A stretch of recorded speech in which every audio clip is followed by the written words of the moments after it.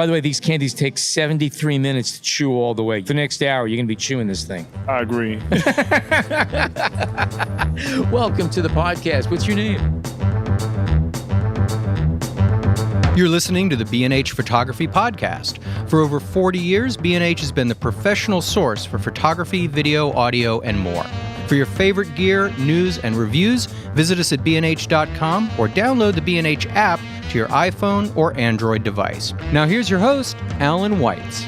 Greetings and welcome to the B&H Photography Podcast. Today we're doing something a little bit different. We're recording in the B&H New York City SuperStore. You could even hear the background noise. And today it's a Panasonic Lumix Day. We're interviewing people who are hoping to win a Panasonic Lumix DMC-GX85 Micro 4/3 digital camera with two lenses, a 12 to 32 millimeter zoom and a 45 to 150 millimeter zoom. And we are going to be giving those away to a lucky pedestrian at some point later today. In the meantime, people are coming by and filling out the little sweepstakes forms and dropping in the bowl. And some of them are sitting and chatting with us. And that's what most of today's conversation is going to be about.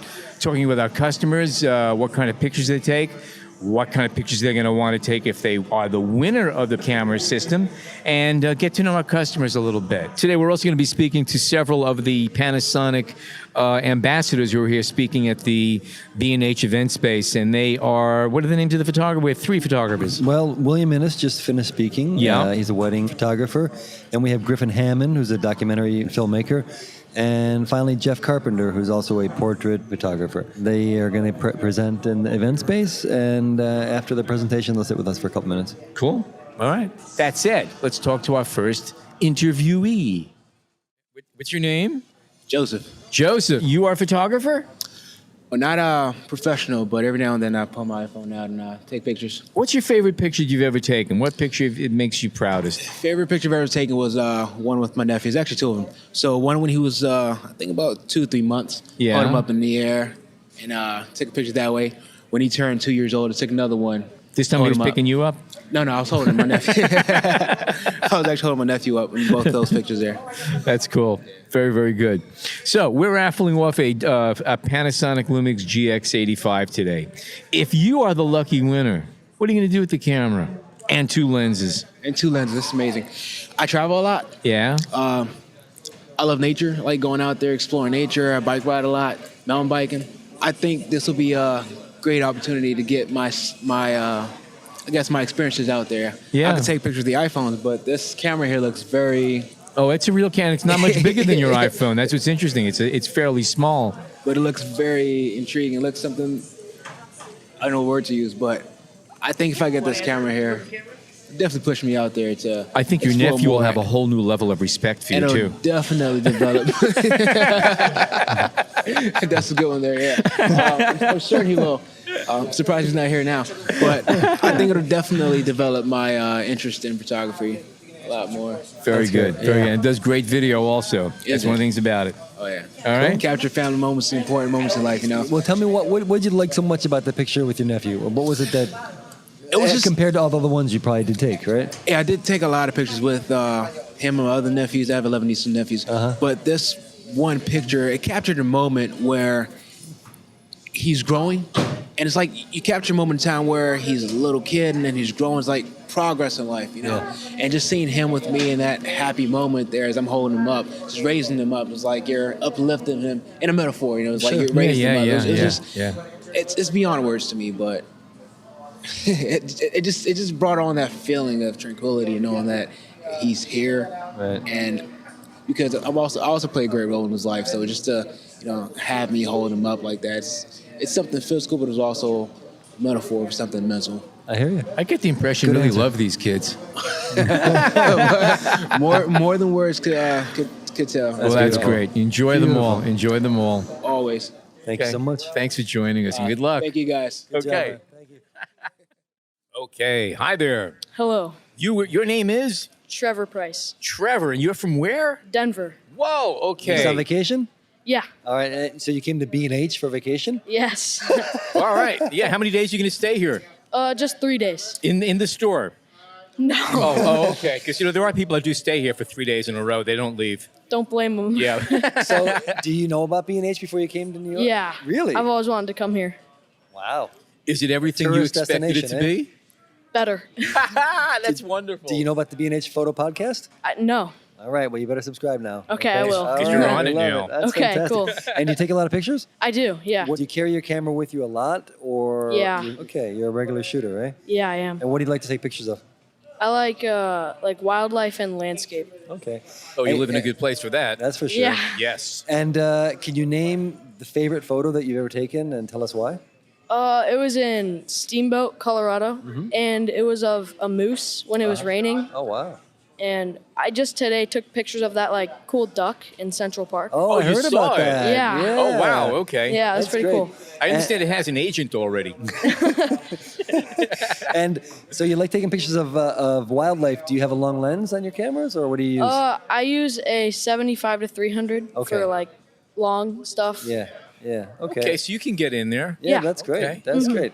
So, if you were to win this GX85 by Panasonic, what would you do with it? How would it change your photography? I know the Panasonics are really good for video. So Yeah. True. I'd take a lot of videos on it Right. and just use it for regular photography.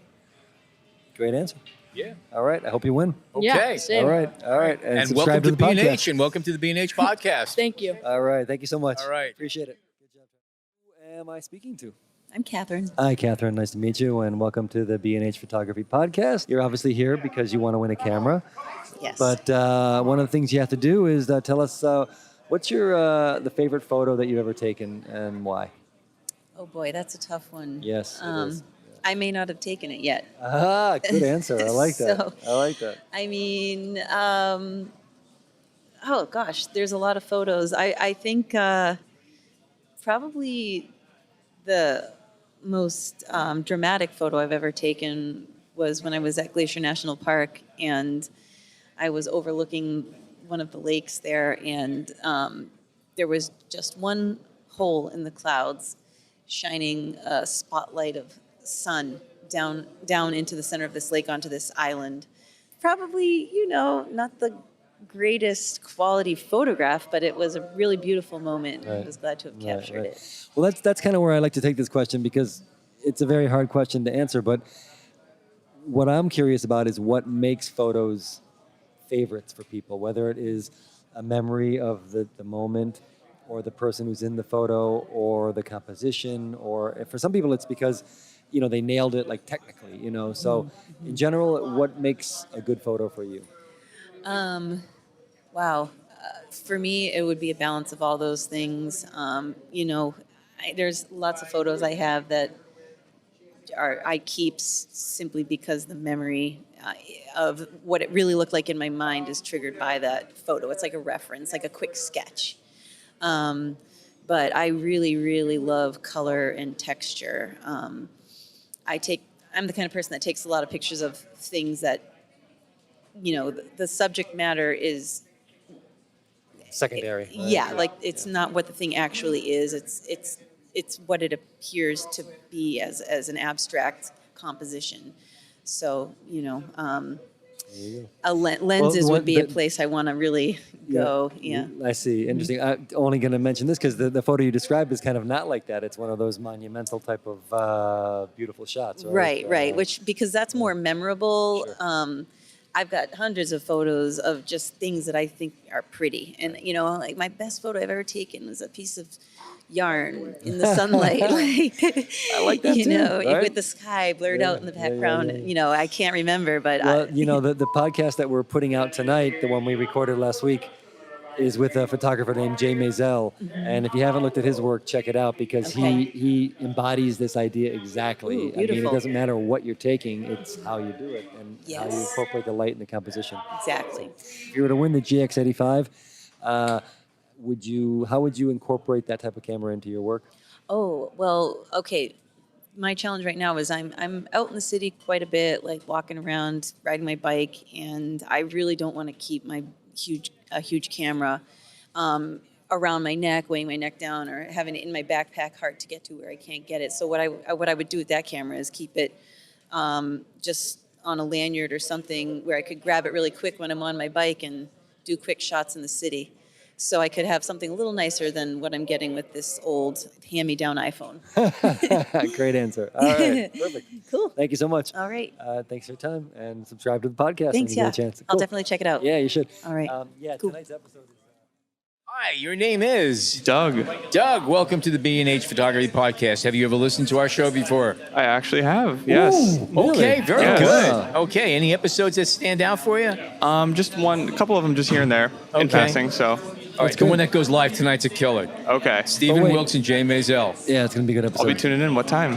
Goes on live tonight sometime. Well, as soon as we're done here, I'm going to put it up right around 6:30. Sounds good to me. Yeah, be sure to subscribe too, because it really helps us out. And were you just in the store by chance, or you came for the Panasonic event, or? So I'm actually in town for a photo gallery that I took some photos for. Called Art Start. It's actually based in New York City. Okay. So they have, I'm from Wisconsin in Milwaukee, and they took photos of inner city kids from Milwaukee, kind of to change the narrative of how they view like inner city Black and Latino males specifically. So we asked them to go to a workshop, figure out, what do you want to be when you grow up?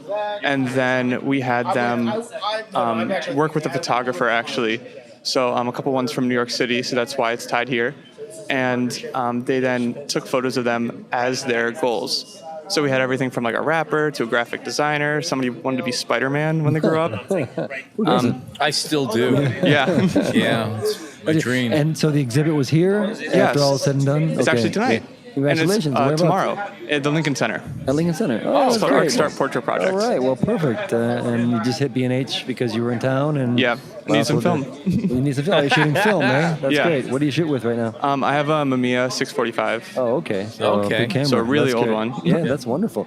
Well, anyway, let's jump to this question first. Now that we're on Okay. the subject, if you were to win the GX85, what would you do with it? How Would you that, return your film? Yeah. Would you keep up the Mamiya? I probably wouldn't give up the Mamiya, but it'd be nice to have something that I could like carry with me a lot more. Because the Mamiya is like carrying like a piece of it's a metal football essentially. yeah. It's giant. So it'd be great to have something to carry with me. And then I'd really like to continue to work with Art Start.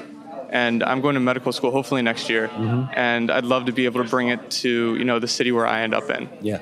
So Okay, sounds good. Yeah. And of all the photos you've taken, what is your favorite photo and why? I have this one photo of a friend from high school. We took it in high school. The reason I got into photography was like a photography class in high school. It was the only thing I had availability to take. And it's a photo of him silhouetted against a sunset, jumping off a trash can in rollerblades. He ended up falling and eating it pretty bad. But Hey, but the photo came out, yeah, right? it's just It came out. That's all that counts. it was just a memorable photo, and it just kind of whenever I look at it, it takes me back immediately. So Oh, that's great. That's good. That's a great answer. And I we've been getting a lot of different answers, and I like that you kind of threw in this idea of photography, which to me is very important, obviously, which is memory.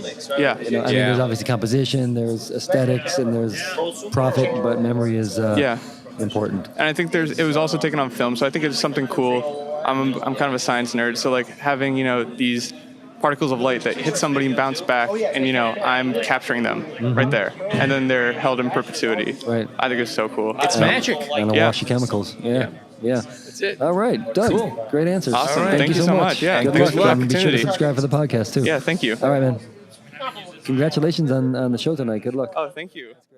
Welcome, Vivian. Hello. Tell me about your favorite photograph that you've ever taken. So my favorite photograph that I've ever taken is actually of my journal. So I have a blog called Journalography. Yeah. So I really just take pictures of my journal around all different places that I travel to.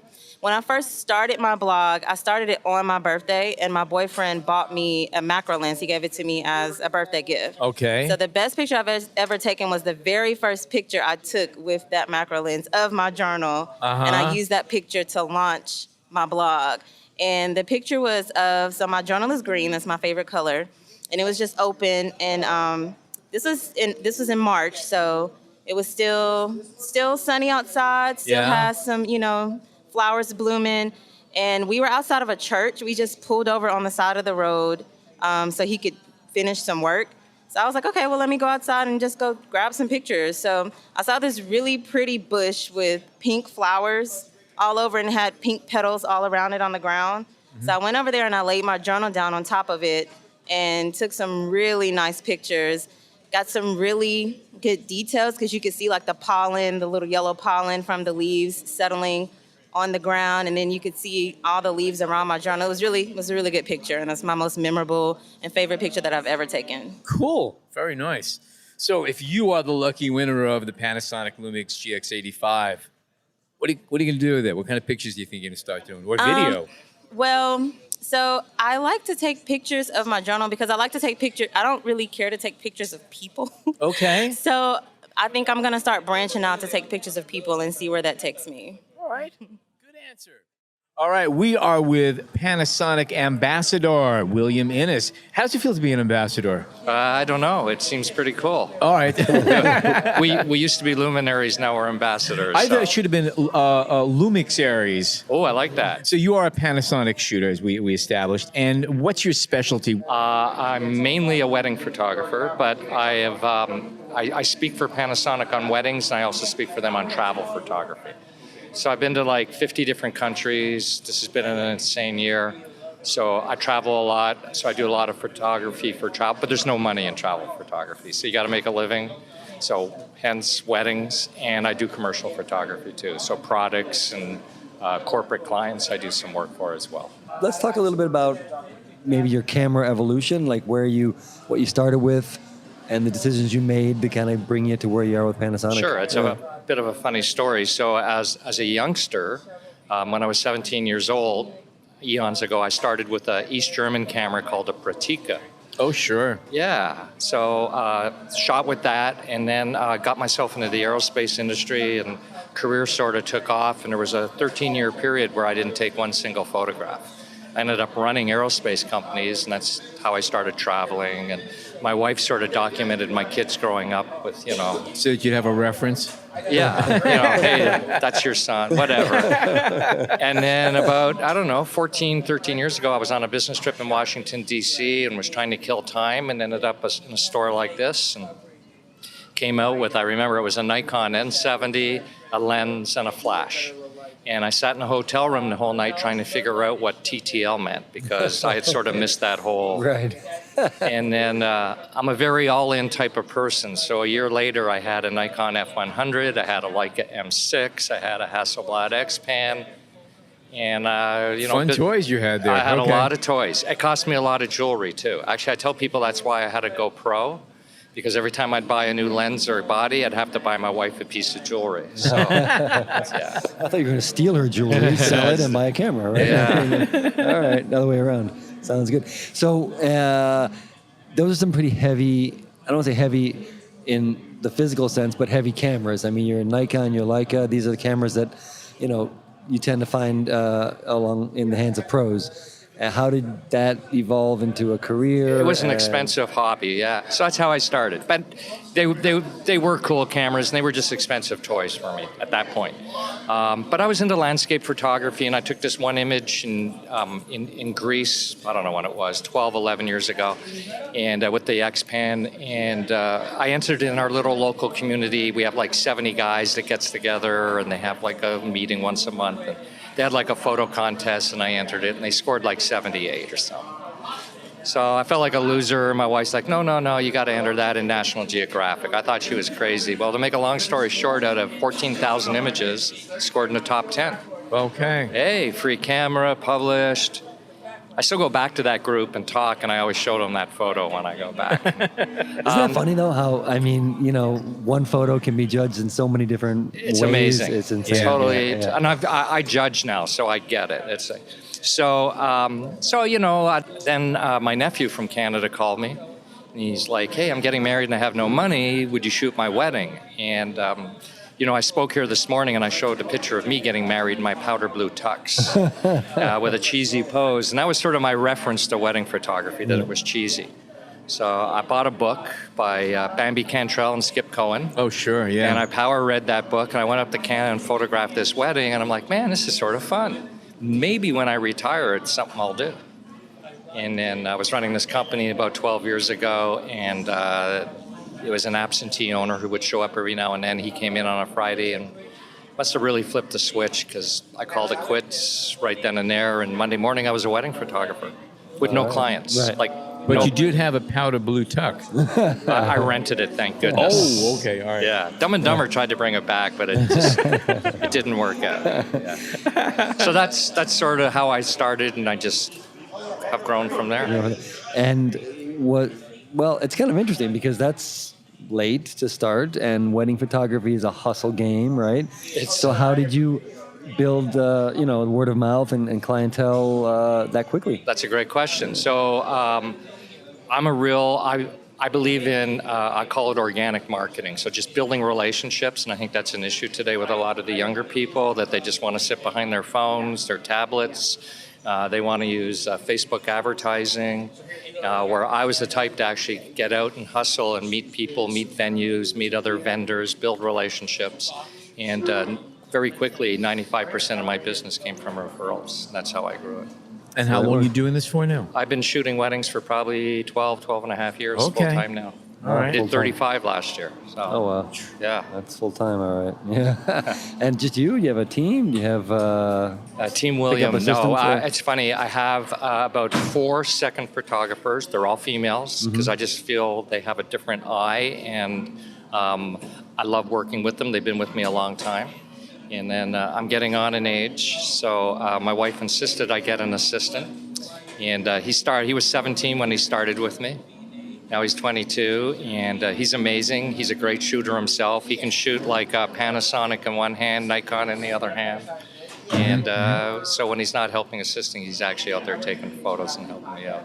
So you've been doing weddings for over 10 years. I think it'd be pretty fair to ask you this question and probably get an accurate answer.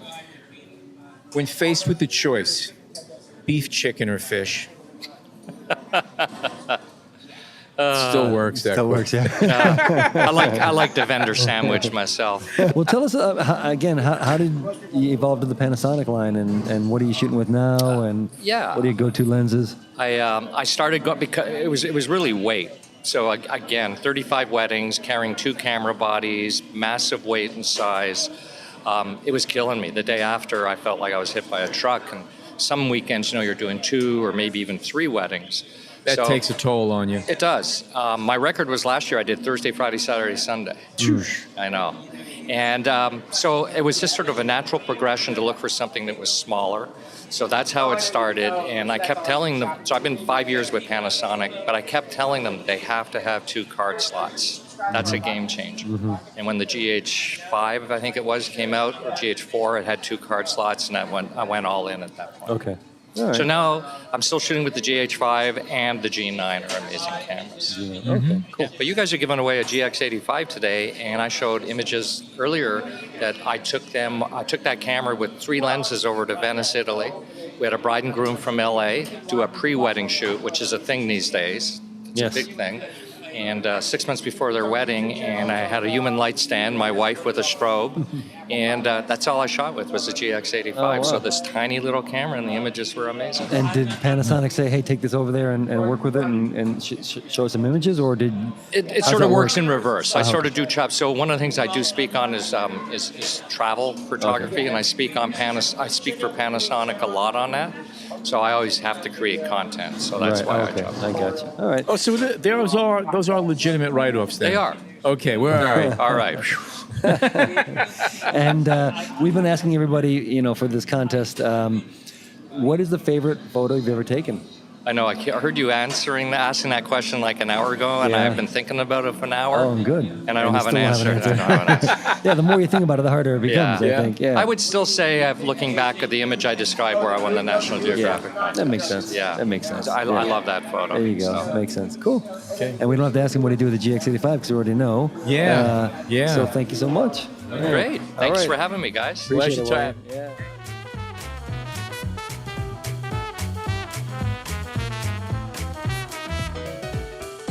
We hope you're enjoying this edition of the B&H Photography Podcast. Send us a tweet at BH Photo Video, #BH Photo Podcast.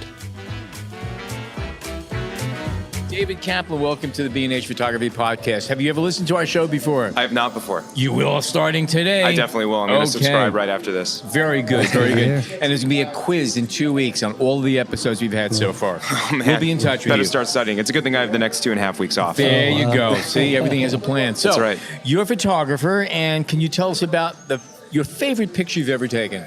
Yeah, so I would say my favorite picture that I've ever taken, I was recently on a trip to Oregon and was road tripping through the state and went to Crater Lake National Park. Yeah. And did like a 2.5 mile hike at night to get some astrophotography and got this beautiful shot of the galaxy over Crater Lake.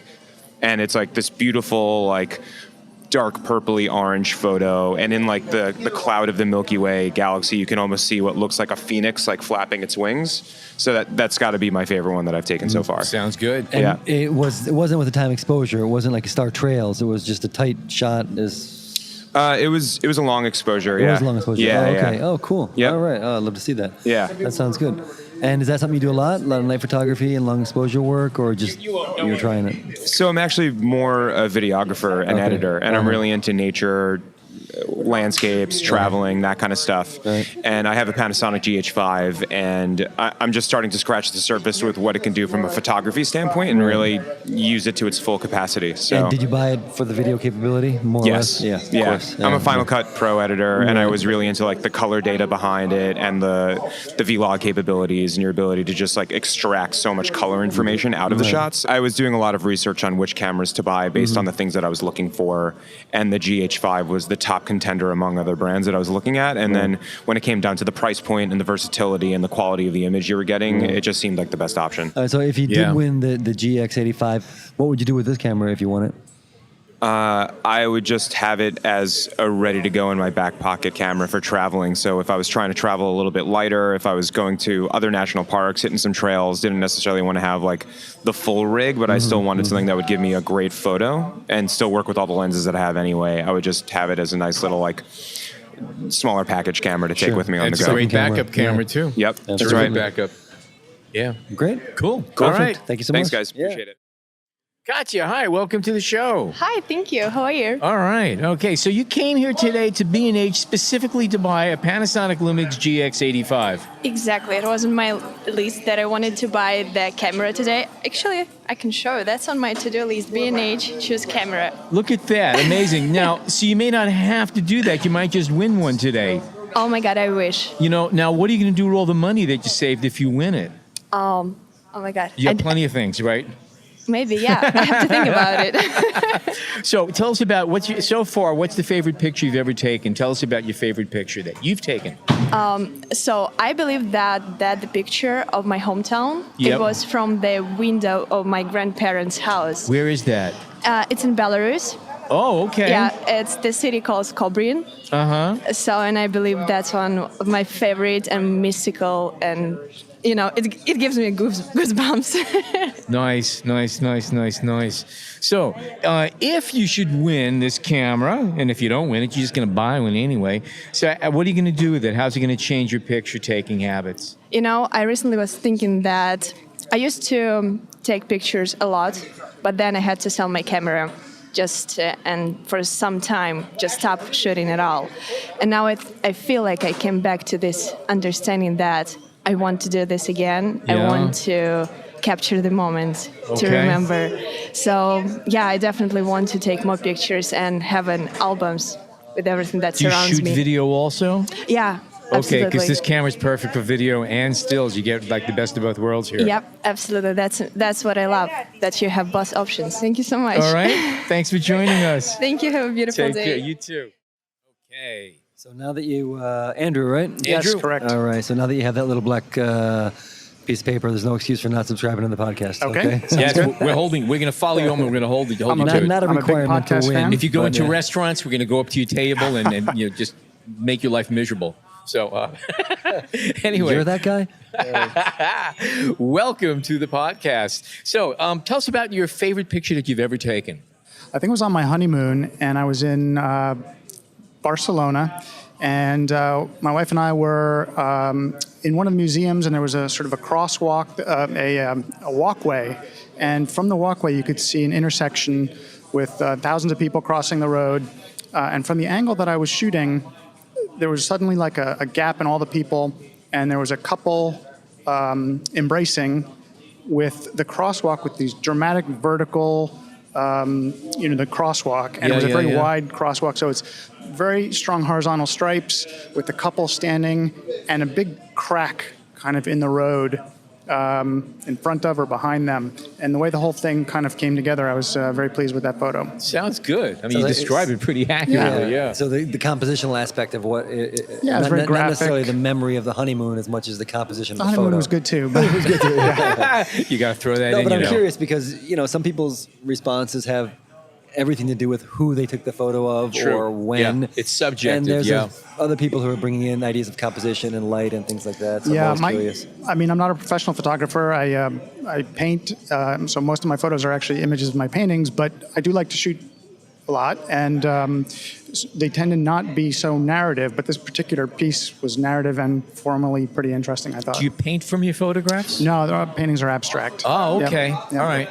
Interesting. Okay. And what kind of camera were you using when you shot that, and what do you generally shoot with now? And do you think if you were to win a camera like this, would it change your photography a bit? Would you incorporate new aspects to what you're doing, or what do you think? I've been, like I said, recently most of my photographs have been just getting good images of my artwork, but I would like to go and do some more creative shooting again. So some new gear always helps inspire that. Absolutely. Great. Okay, cool. Thank you. Good luck. Thanks a lot, man. Talking to Michael. What's your last name? Awaidy.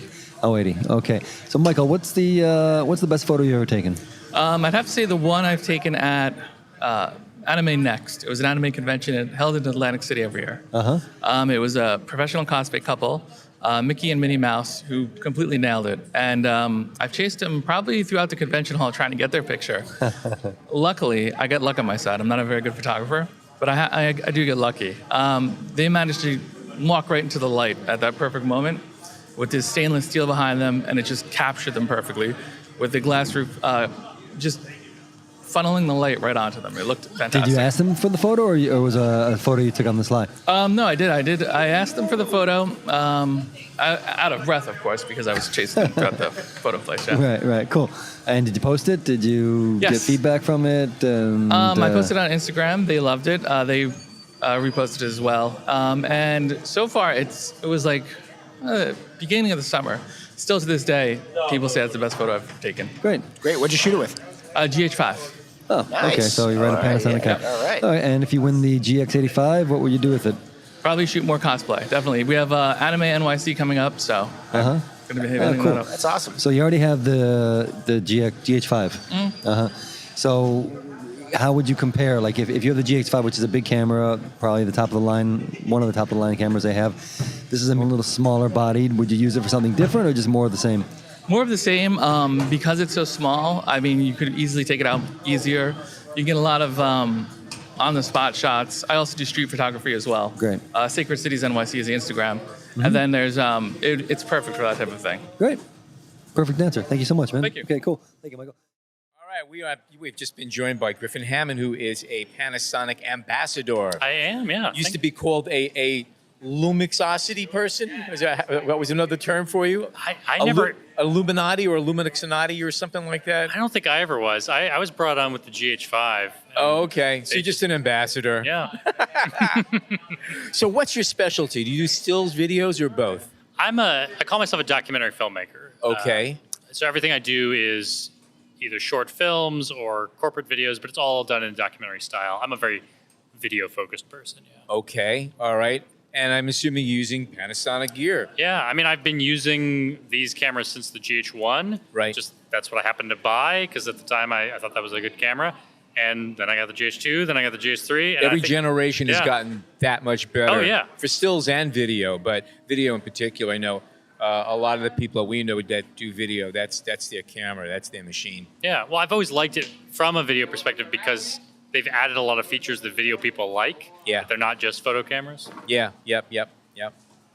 But do you shoot stills as well, or? I've gotten more comfortable with it, especially with the GH5. I mean, I suppose the last few generations of this camera I've had, I could always take stills. Sure. I just didn't trust myself that I would be able to do a good job. But I think because I started spending a lot of time around other Panasonic ambassadors, a lot of photographers using the same camera I was using, I just thought I should probably switch my camera into RAW and see what I can do. And prior to that, were you using your phone, or you had a point and shoot, or whenever you wanted to grab a still, what would you do? I mean, I just never took too many stills. I guess it was always on my phone, Yeah, okay. I was curious. But now I'm using Lightroom and I'm shooting a lot of photos. All right. Have you tried the photo mode, the 4K photo mode, where you could pull stills out of your video? I haven't, because usually I guess I feel like I want to be shooting RAW and shoot 4x3. Okay. Use the full sensor, yeah. Gotcha. And I kind of want to like have my brain either in video mode or in photo mode. think that's pretty I hate it when clients say like, "Hey, as long as you're shooting this video, you mind shooting a few photos too?" It's like, Doesn't no, work I'm Yeah, not you going to already remember got to it do up it. to your eye. What's the problem? I know. Well, actually, with the beauty You of got the, an eye, of you the got a finger. 4K Right. photo mode is that you can just do video, but you could pull an 8K, Right. still, which is you can But do how, things but with how that. easy is that, though? I mean, I've never found that, to be a plan. I mean, I think maybe you can do it if it's absolutely necessary, but Well, I think it's good backup. I don't think backup. anybody relies Yeah. on it strictly for stills. That's what I'm saying. But it's I nice to know that if you're shooting, if you don't have time to do both, you do have the option to pull a still out of it. You have to go look for it, but you have the option. That's what I think is the important part. I mean, about I it. covered the presidential election for Bloomberg Television, and that's the sort of situation where you would want something like that, where I'm there to shoot video, I'm pointing the camera at Hillary Clinton while she's talking, but someone on the social media team is going to ask me for some photos too. And you've got it. And they don't You just pull need maximum resolution. They just need something really high quality. Mm-hmm. And that's what you get out of that. That's the beauty of it. Yeah. So tell us about your films a little bit. Yeah. So the first big film I made was a documentary called Sriracha, which is about the hot sauce. Yeah. And I made that in 2013, shooting on a GH3. And I think that was what started to get me on Panasonic's radar. And making that film was the smartest career move I ever did. It was just a passion project, but it's led to everything. It moved me here to New York. Someone at Bloomberg Television saw the film and said, "We'd love you to cover the presidential election of all things," after making a hot sauce documentary. Makes sense. Yeah, that seems logical to me. That's a How long was perfect the progression. Film? It's a 33-minute film, so it's Yeah. a short film technically, Right. but for me, that's the longest thing I've made. Was it about the kind of the making of the sauce, the history of the sauce, cultural touchstones, or what was the film about? I got into it because I felt like this was a product I was using every single day, and I'm a Right. big fan of it, and yet I knew Nothing. almost nothing about Right. it. I mean, I couldn't even tell you what country it came from when Right. I first started. It's made in California, the popular brand that people like. Yeah. And so I went to California and met the owner, this immigrant from Vietnam, who's been making it for 30 years. I knew that. Yeah, that's interesting. And so I told his story. Oh, that's great. And it became a much bigger project than I thought it would. I eventually went to Thailand because that's where the sauce originally comes from. So I really just was curious and wanted answers to my questions. And from there, what was your next film, or where did you go? I mean, Bloomberg, but what else? Well, I was a freelancer for a few months, and then Bloomberg called, and so I moved to New York, and then I spent the entire presidential campaign just out on the campaign trail, covering Ted Cruz and Bernie Sanders and Donald Trump and everyone. And it turned out to be the craziest election then. You think? I mean, this was the first time I ever covered politics, and Right. we went into it thinking it'll be Jeb Bush and Hillary Clinton. It'll just be another Bush-Clinton. This will be the most boring election. Right. Good point. Yeah. And not quite so. And little did we know. Yeah. Yeah. Jeez. Here we are. I'm still wearing my seatbelt, but that's And then around the time that started to wind down, that's when I started talking to Panasonic about working with the GH5. And so they became one of my important freelance clients, where now I teach some classes for them. I get to shoot with cameras and make films. With So can you talk a bit about that, about how you reached out to them and you said, hey, I made this film with your camera. I'd like to work with you guys. Or how did that I relationship actually never start? reached out to them. Okay. But I always thought I should have a relationship with them, because I'd been doing a lot of tutorial videos. I had a very popular how to set up your GH4 video. Okay. And I was making all these kind of YouTube videos, working with their products a lot, and people kind of came to think of me as an ambassador for them unofficially. And I thought I should have some sort of relationship. And when I moved to New York, it was perfect. But they found me. Interesting. They had seen Sriracha, they'd seen my YouTube videos, and I think when it came time to develop the GH5, they called me up. And And what does being an ambassador entail? I'm not under any contractual obligation to use the camera, or they don't tell me what to do, but they gave me the GH5 before anyone else and just said, could you shoot something with it? We'd like to show people what it's capable of. So I made a short film called Hand Cut, which is about ice and cocktails. And they used that at trade shows, and they used it on YouTube to show what the camera does. And then because I was the first guy who shot a documentary with it, then they would ask me to show up at trade shows and show up here at B&H today and just talk about my experience with it. Gotcha. Cool. Yeah. Okay. All right, well, what we're doing today is we're trying to raise awareness of our podcast, which is now in its third year. Wow. We got almost 150 episodes. We do one a week. And we're giving away a Panasonic camera, and we're asking people what is their favorite photo they've ever taken and why. And I know you're a videographer primarily, but what is your favorite photo that you've ever taken? One of my favorite photos that I've taken within the last year was I started shooting infrared photos because I have all these Panasonic cameras, and once Panasonic started giving me a GH5, I had like an extra GH4 sitting around, and so I had it converted to infrared, and it's made me really appreciate New York in a way that I didn't fully appreciate, because New York feels like a place there's not a lot of green. My neighborhood in the Lower East Side doesn't have a lot of parks. And you just come to feel like you're in this concrete jungle. But once you're walking around with infrared, you see all the trees in bright white. And I start to realize, every block has something, And so I took this photo of in the Lower East Side downtown, just the sky looks gorgeous in infrared because it's very high contrast, and you can see some trees. Cool. Yes. Okay. Yeah, it's great talking to you guys. Thanks for joining us. Yeah, Same here. absolutely. Okay. Pleasure. Thank you, man. We are now being joined by Jeff Carpenter, who is a Panasonic ambassador. So we were checking out your website earlier today in prep for this, and there's a lot of portraiture, but a lot of wedding work also, right? What's your main? How do you make most of your money?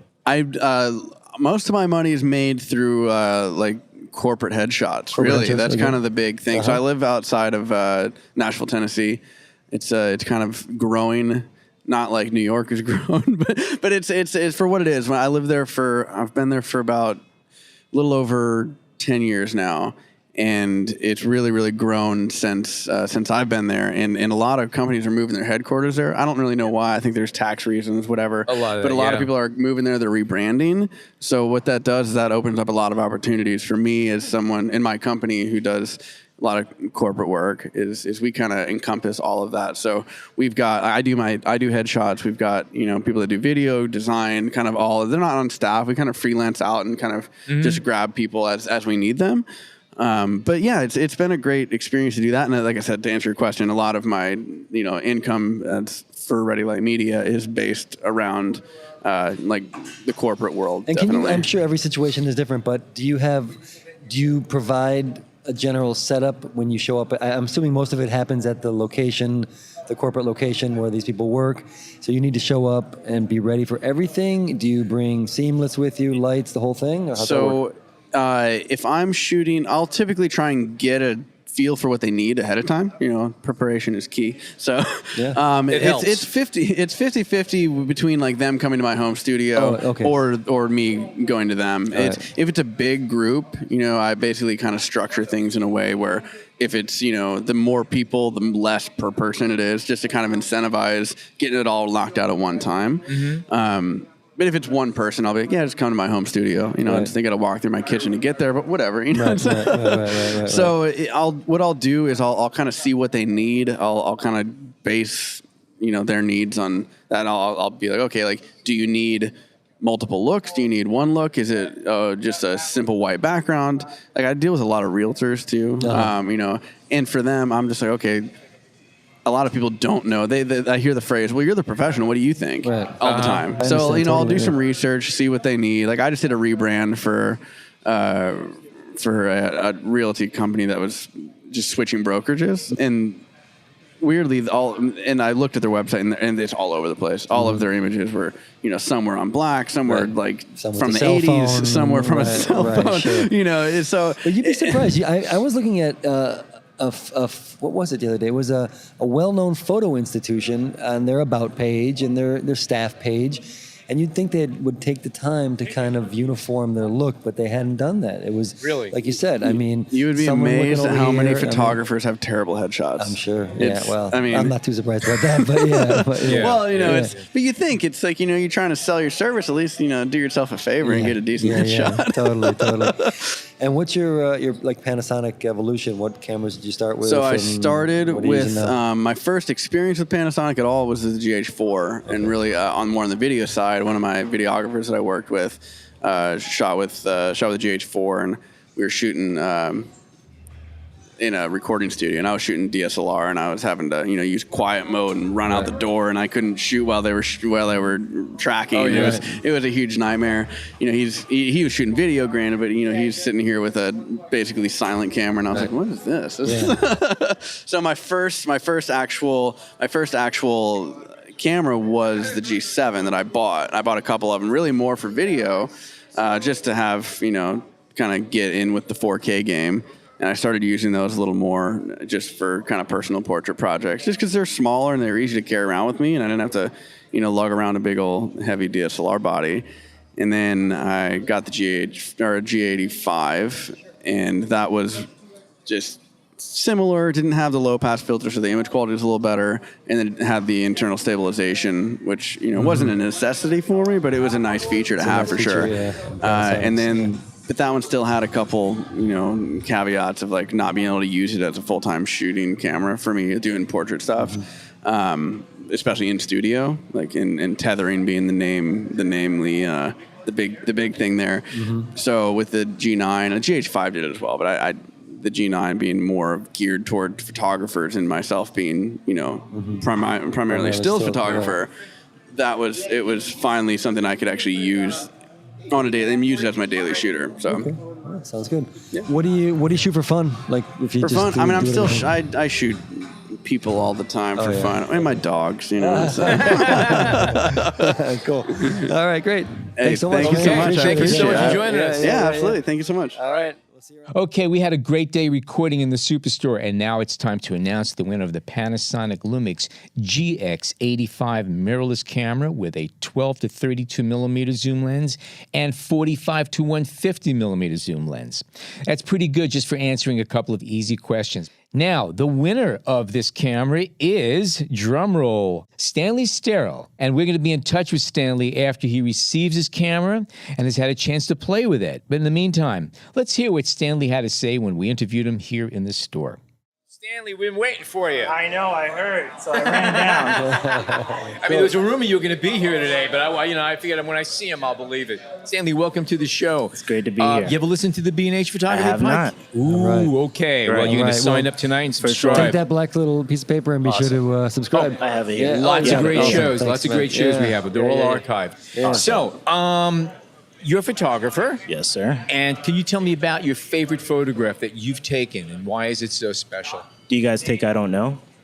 I don't know. I'm joking. Well, or you could say there's just too many to choose from, right? Yes. Oh, right, because I'm so good. There's just Oh, that photograph. So I mean, thinking back, I'm just moving to New York just now. From Miami. Oh, okay. Right. And so everything is just so. Okay. Well, I moved in April though. Oh, so okay. I got a little bit of sunshine and a little bit of like cold spring, but it's turned out good so far. So I've been able to see like different scenarios and different scenery, but my best one was going out into the Hudson for a wedding.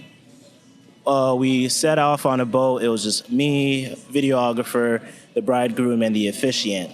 I'm a huge fan of cinematic style. So for me, it was just an amazing feeling to be on the boat. It was a cloudy day, rain just misting throughout the environment. The atmosphere was set for me that I can just put up my camera and just take it. But the greatest thing about it was that the couple was just so enthusiastic and just so lovey. So as I'm taking these photos, I'm feeling it as well. Like so romantic. Like I feel the romance, I feel the love. And so a good picture to me is something when you look at it, you gain some type of emotion or some type of feeling out of it. Mm-hmm. So when I look back at that photo of the bride and the groom just hugging each other at the front of the boat, just laughing, throwing their hands up in the air, it just draws me into it. Right. And I'm hoping it does it to everyone else too. You were saying that it was a foggy day or it was a misty day. Yeah. Does that aspect of it have something to do with the emotion that you're drawing from the photo, or is it really just the faces and the expressions? Well, I think it all comes together. Yeah. So when you think of happiness, joy, you just kind of think of sunshine and you know, but to have like such a cinematic of like a cloudy gray, but still we're still happy. You know what I mean? It brings a contrast to it that you gotta love. You know. Yeah. So yeah. Cool. All right. For sure. And if you were to win this camera, how would you incorporate it into your work, and what would you do with it? Well, I'm a wedding photographer, so yeah. So you find a way. Exactly. Yeah. You'll make use of it. Exactly. Cool. Big time. It was great being here with you guys. Perfect. Yes. Great answers. Thanks for joining so us. Much, appreciate it. Good luck. All righty. You having fun yet? Okay, that wraps up another episode. Thanks to Griffin Hammond, Jeff Carpenter, and William Innes, who are Panasonic ambassadors. And thank you to all the folks who took the time to tell us about their favorite photo. If you're not a subscriber to the B&H Photography Podcast, don't wait any longer. Take a moment and head on over to Apple Podcast, Overcast, Pocket Cast, YouTube, or Stitcher and sign up. It won't cost you a dime. It's free. For now, and as always, on behalf of Jason, John, and myself, thank you so much for tuning in today.